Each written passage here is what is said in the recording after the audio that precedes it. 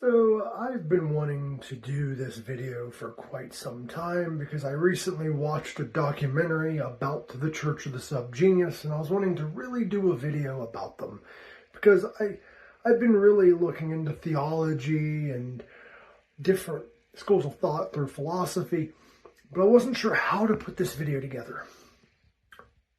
Then I realized I know someone who's very knowledgeable in these kind of things. So without further ado, I'm going to give this to Momus Discordia, Reverend Pope Momus Discordia. In terms of religion, very few encapsulate the beauty of taking themselves so seriously unserious or unseriously serious than the Church of the Subgenius. Now you're probably asking yourself, what exactly is the Church of the Subgenius, and what is a subgenius exactly? Well, fear not, for I will tell you in this lovely video. The Church of the Subgenius is a satire that masquerades as a religion, or a religion that masquerades as a satire, either way you wish to look at it. They follow the prophet J.R. Bob Dobbs, and the prophet J.R. Bob Dobbs is quite literally an image, a metaphor, a symbol, whatever you wish to consider J.R. Bob Dobbs.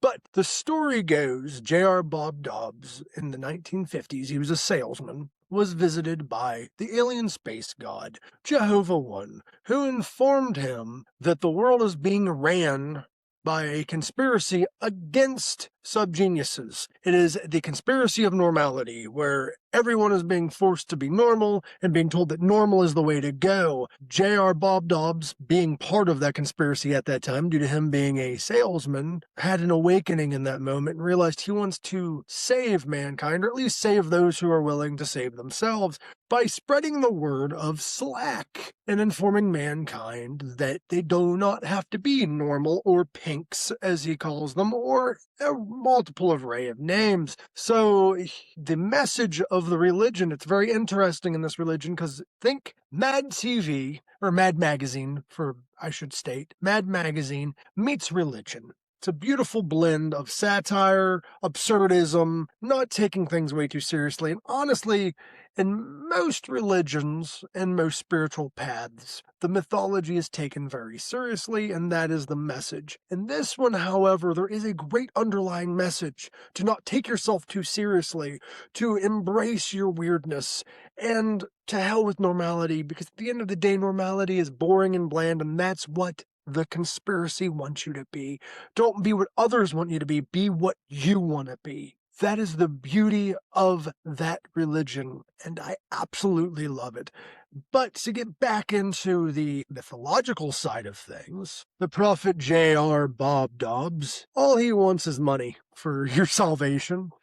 And if you do not acquire salvation, you will get triple your money back. If that doesn't sell you, I know what will. Certain religions have celebrities. This one is not short of that.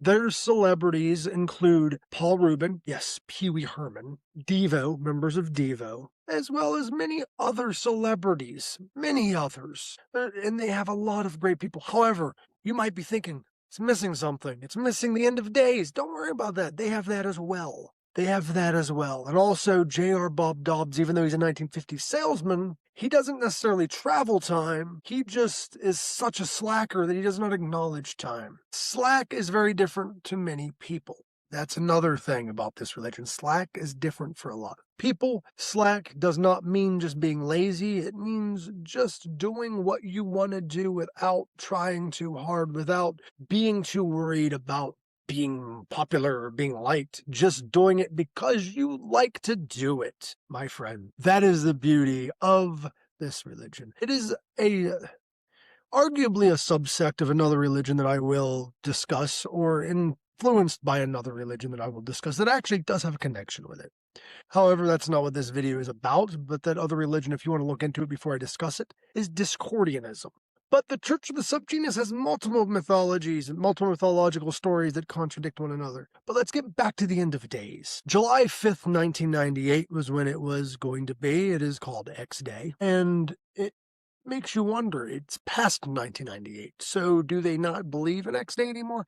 False. They still believe that X Day is going to happen, and they still believe the sex goddesses are going to come down and save them. However, the normals manipulated their calendar. Aha, aha, aha. The normals manipulated their calendar. So either the divine message was upside down and is going to happen in 8,991, or it can happen at any time. But July 5th is when we're going to celebrate it at 7 a.m. Why? Fuck them if they can't take a joke. And that's another thing. Their slogan is fuck them if they can't take a joke. This religion is meant to make people uncomfortable. It's meant to question your thoughts. It's meant to give a middle finger to society. And that, my friends, is the purpose and point of being a subgenius. Remember, my friends, fuck them if they can't take a joke. That is scratching the surface of this beautiful religion, and we will discuss religion and philosophy at a much different time. I hope you enjoyed this short little video discussing the Church of the Subgenius, and if you want to learn more, go check out their documentary. It is called J.R. Bob Dobbs and the Church of the Subgenius.